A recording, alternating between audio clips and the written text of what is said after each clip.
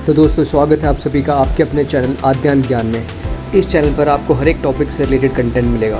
तो वीडियो शुरू करने से पहले अगर आपने अभी तक इस चैनल को सब्सक्राइब नहीं किया तो प्लीज़ इसे सब्सक्राइब कीजिए और नीचे दिए गए बेल आइकन पर क्लिक कीजिए ताकि हमारे वीडियोज़ की नोटिफिकेशन आपको टाइम पर मिलते रहे। हाय फ्रेंड्स, इस वीडियो में हम बात करेंगे history of Indian national Congress की। तो कांग्रेस की जो फाउंडेशन हुई थी वो हुई थी 1885 में एक retired British civil services officer Allan Octavian Hume के द्वारा। अब इसकी फाउंडेशन के पीछे दो थ्योरीज़ को प्रोपेगेट किया गया है। पहली थ्योरी है सेफ्टी वेल थ्योरी, दूसरी है ह्यूमैनिटेरियन थ्योरी या नोबल कॉज थ्योरी। तो ह्यूमैनिटेरियन थ्योरी ये कहती है कि ए.ओ. ह्यूम एक सिविल ऑफिसर थे, सिविल सर्वेंट, जैसे कि आप आज के IAS ऑफिसर ले लीजिए। तो उन्होंने जब देखा कि इंडियंस की प्लाइट, इंडियंस का दुख दर्द देखा उन्होंने, क्योंकि इंडियंस की रिप्रेजेंटेशन ऑलमोस्ट नील थी सर्विसेज में, एडमिनिस्ट्रेशन में, पॉलिटिक्स में, मिलिट्री में, और उनको काफ़ी ज़्यादा डोमिनेट किया जाता था ब्रिटिशर्स के द्वारा। तो इसलिए उनको लगा कि इंडियंस को भी एक ऐसा प्लेटफॉर्म दिया जाए जहाँ पे वो अपनी बात को खुल के रख सके और उनकी बात ब्रिटिश क्राउन तक जाए, ताकि उन्हें डोमिनेट ना किया जाए, उनकी एक्सप्लॉयटेशन ना हो। ये उनका बहुत ही नोबल कॉज था, इसलिए इसे नोबल कॉज थ्योरी या ह्यूमैनिटेरियन थ्योरी भी कहा जाता है। सेकंड जो थ्योरी है वो है सेफ्टी वेल थ्योरी। ये थ्योरी कांग्रेस के अंदर से ही कांग्रेस के जो एक्सट्रीमिस्ट सेक्शन थी, लाल, बाल और पाल का ट्रायो, ये इनके द्वारा दी गई थी। जो लाला लाजपत राय थे उन्होंने अपनी बुक अनहैप्पी इंडिया और पंजाब में कहा कि जो कांग्रेस है वो एक कॉन्स्पिरेसी है ब्रिटिशर्स की ही। उन्होंने कांग्रेस को इसलिए बनाया ताकि वो दुनिया को बता सकें कि इंडिया में एक ऐसी ऑर्गेनाइजेशन है जो पूरी इंडिया को रिप्रेजेंट करती है और जो इंडिया के बिहाफ पे हमसे डिस्कशन करती है। दैट मीन्स कि अगर कांग्रेस कुछ बोल रही है तो वो अंग्रेज़ सुन रहे हैं, और अगर अंग्रेज़ कुछ बोल रहे हैं तो कांग्रेस सुन रही है, कि मतलब पूरी इंडिया और अंग्रेज़ एक ही टेंडर में काम कर रहे हैं एक साथ। ये रीज़न था। पर जो आजकल के जो हिस्टोरियंस हैं उन्होंने मॉडर्न एनालिसिस करके बताया कि आप सिर्फ एक ही थ्योरी को सही नहीं ठहरा सकते कि सेफ्टी वाली बिल्कुल सही है। आप कुछ एक पल के लिए बोल सकते हैं कि सेफ्टी वाली थ्योरी ने एक रोल प्ले किया था, कि उनके मन में ऐसा हो सकता है ब्रिटिशर्स के मन में, पर एलन ऑक्टेवियन ह्यूम थे, उनके मन में ऐसा कुछ नहीं था। उनके मन में सिर्फ एक नोबल कॉज ही था कि वो इंडियंस की हेल्प करना चाहते थे जेन्युइनली, इसलिए उन्होंने कांग्रेस पार्टी को बनाया। तो जो कांग्रेस का पहला सेशन हुआ था वो हुआ था बॉम्बे में। तो वो हुआ था जो उस समय के जो वाइसरॉय थे लॉर्ड डफरिन, उनके अप्रूवल से। पहली मीटिंग के जो प्रेसिडेंट थे वो थे उमेश चंद्र बैनर्जी, और जनरल सेक्रेटरी थे कांग्रेस के पहले ए.ओ. ह्यूम, और जनरल सेक्रेटरी रहे वो 1906 तक। इसको अटेंड किया था 72 डेलीगेट्स ने।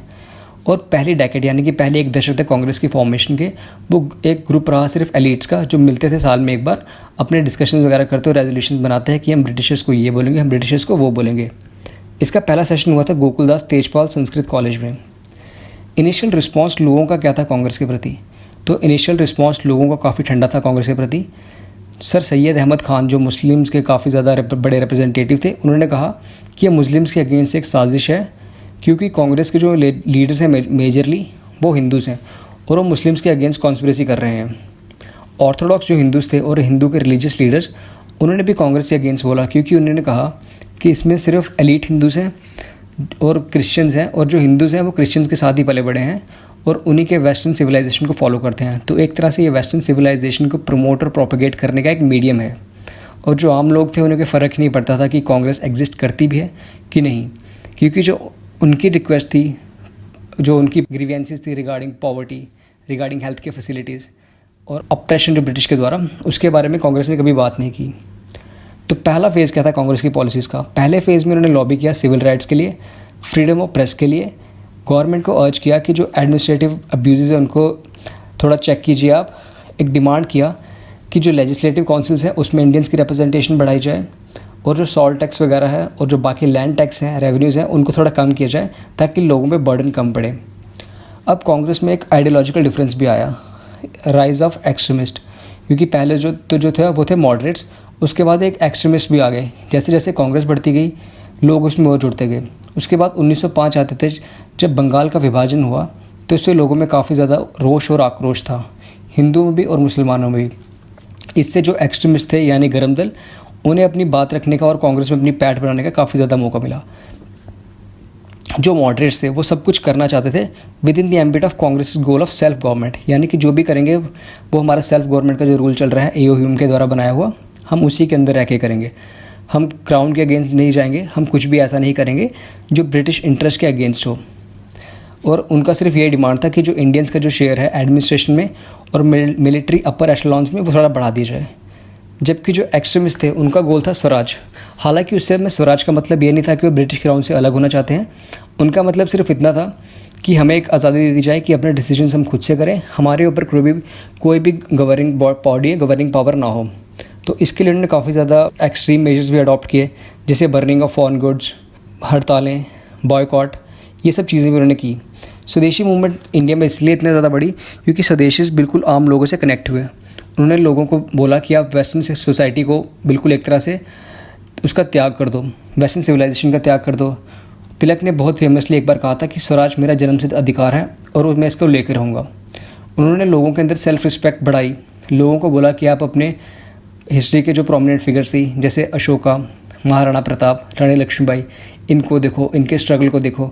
इससे लोगों के अंदर एक सेल्फ रिस्पेक्ट आई, वो अपने आप को इन्फीरियर नहीं समझते थे, लोग भी अपने आप को इक्वल समझने लगे ब्रिटिशर्स के। इससे इंडियन की भी ग्रोथ हुई, इंडियन बैंक्स बने, मिल्स बनी, फैक्ट्रीज वगैरह भी बनी। मेजर इवेंट्स क्या आते हैं हिस्ट्री ऑफ कांग्रेस के? तो जो सबसे पहला और सबसे बड़ा मेजर इवेंट था वो था सूरत विभाजन या सूरत स्प्लिट।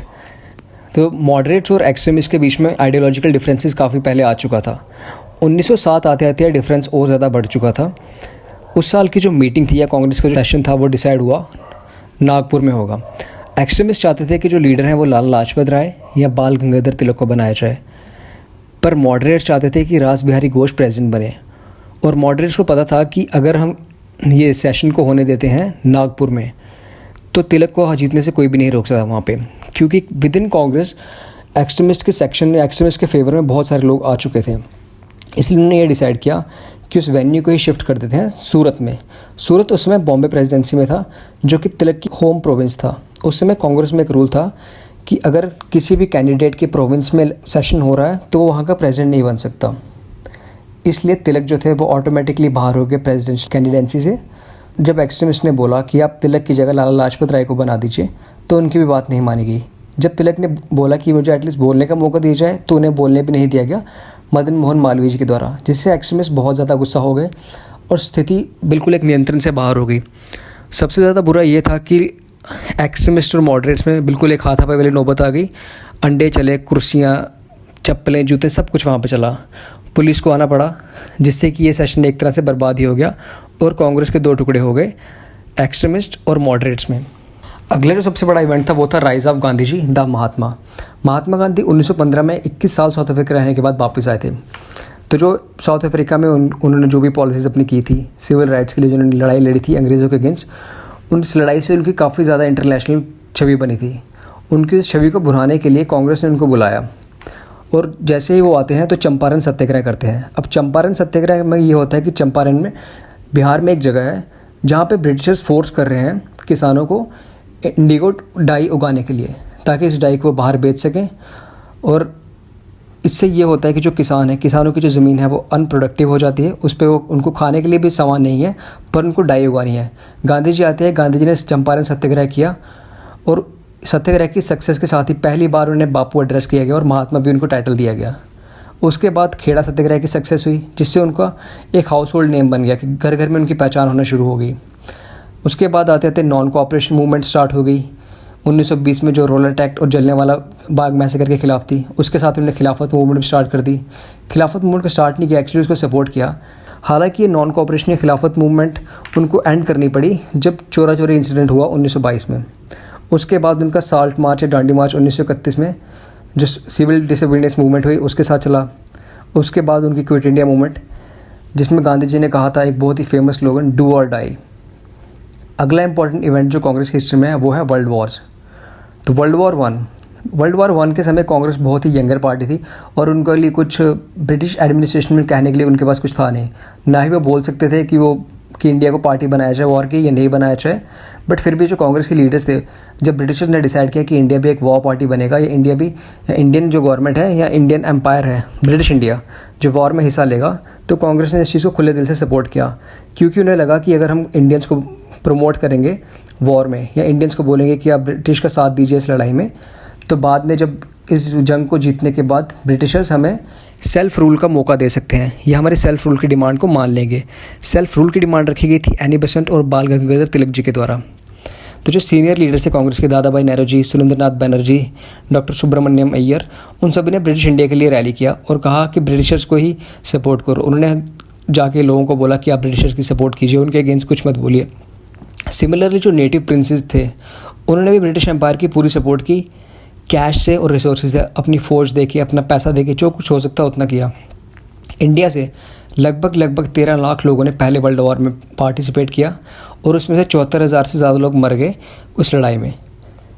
इंडियन गवर्नमेंट ने यानी कि ब्रिटिश इंडिया ने उस समय ब्रिटिश को या ब्रिटेन को 100 मिलियन ब्रिटिश पाउंड्स दिए थे एज अ वॉर सपोर्ट, कि अब लड़ाई कीजिए, इसमें हम आपको योगदान दे रहे हैं।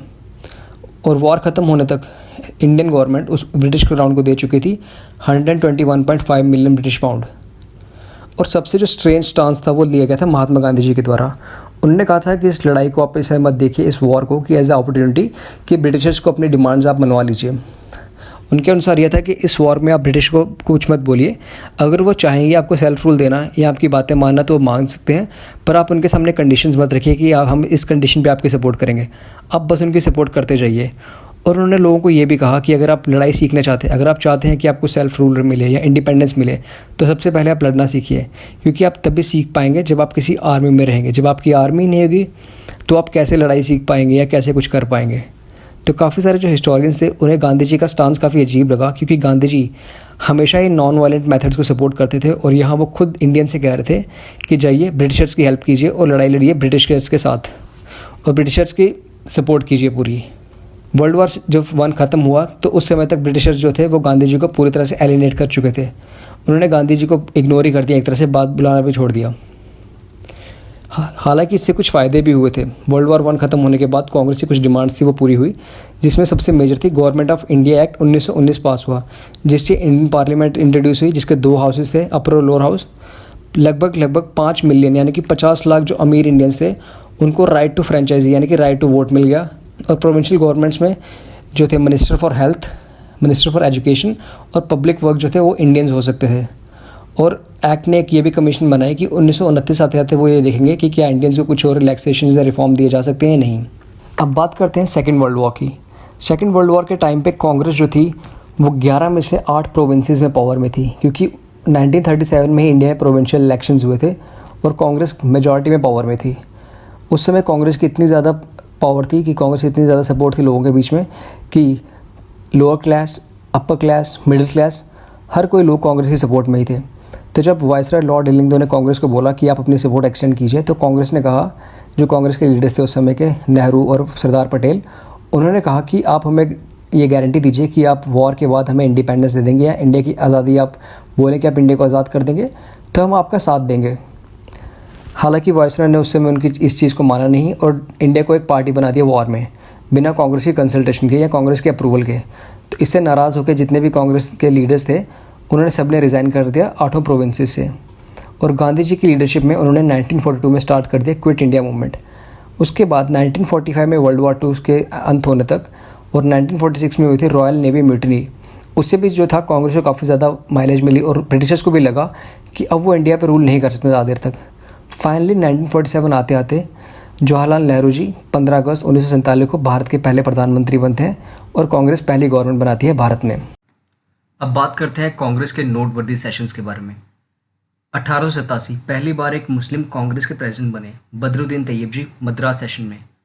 1888 पहली बार एक फॉरेनर कांग्रेस के अध्यक्ष बने, इलाहाबाद सेशन में, जॉर्ज यूल। 1896 पहली बार वंदे मातरम गाया गया रविंद्रनाथ टैगोर जी के द्वारा, कलकत्ता सेशन में। 1906 पहली बार स्वराज वर्ड का यूज़ किया गया दादा भाई नौरोजी के द्वारा, कलकत्ता सेशन में। 1907 जैसे कि मैं पहले बताया कांग्रेस का विभाजन, सूरत में। 1911 पहली बार जन गण मन गाया गया, कलकत्ता सेशन में। 1912 ए.ओ. ह्यूम को डिक्लेयर किया गया कांग्रेस का पिता उनकी मृत्यु के उपरांत, बंकीपुर सेशन में। 1916 मॉडरेट्स और एक्सट्रीमिस्ट दोबारा ये रीयूनाइट हो गए और मुस्लिम लीग और कांग्रेस का पैक्ट हुआ, जिसे लखनऊ पैक्ट के नाम से भी जाना गया, लखनऊ सेशन में। 1917 पहली बार एक महिला कांग्रेस की अध्यक्ष बनी, Mrs Annie Besant, Calcutta session में। 1924 महात्मा गांधी कांग्रेस के प्रेसिडेंट बने, बेलगाम सेशन में।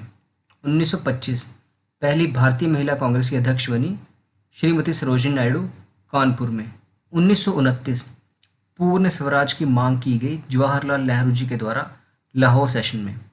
1931 फंडामेंटल राइट्स की मांग की गई सरदार वल्लभ भाई पटेल के द्वारा कराची सेशन में।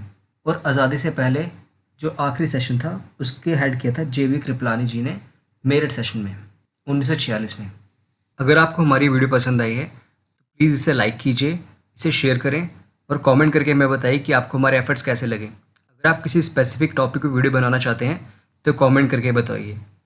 हमारे चैनल को शेयर करें ज़्यादा से ज़्यादा और सब्सक्राइब करें। Thank you. जय हिंद।